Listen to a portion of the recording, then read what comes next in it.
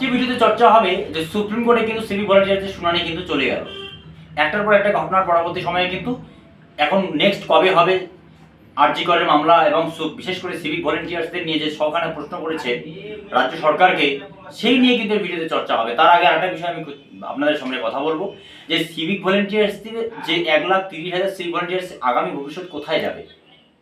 Civic ভলান্টিয়ার্সদের যেমন ন্যূনতম বেতন কিন্তু তার সাথে সাথে তার খুব বিভিন্ন ভিভিআইপি কাজে কিন্তু তাদেরকে যুক্ত করা হয়।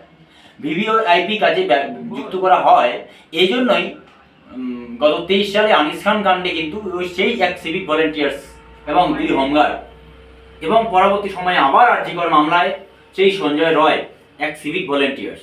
এটা নিয়ে কিন্তু একটি প্রশ্ন উঠছে, অনেকেই প্রশ্ন করেন যে বারবার এই পরিস্থিতি চলতে থাকলে অনেকেই কিন্তু আবার প্রশ্ন করেছে বিরোধী দল এবং তার সঙ্গে কিন্তু সুপ্রিম কোর্টও প্রশ্ন তুলেছে যে সিভিক ভলান্টিয়ারদের সঙ্গে কি শাসকের কোনো সম্পর্ক রয়েছে।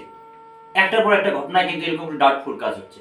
আরেকটি বিষয় হচ্ছে এই সঞ্জয় রয় কিন্তু নতুন করে যখন বিনীত গোয়েলের নাম অর্থাৎ কলকাতার সিপি যাকে অপসারণের জন্য বারবার জুনিয়র ডক্টরসরা রাস্তায় নেমেছে এবং বারবার নবান্নে রাজ্যের মাননীয় মুখ্যমন্ত্রীর সঙ্গে বিনীত গোয়েলকে অপসারণের দাবি তুলেছে, সেই বিনীত গোয়েলের নাম কিন্তু নতুন করে বাংলার রাজনীতিতে একটা জায়গা করে নিয়েছে।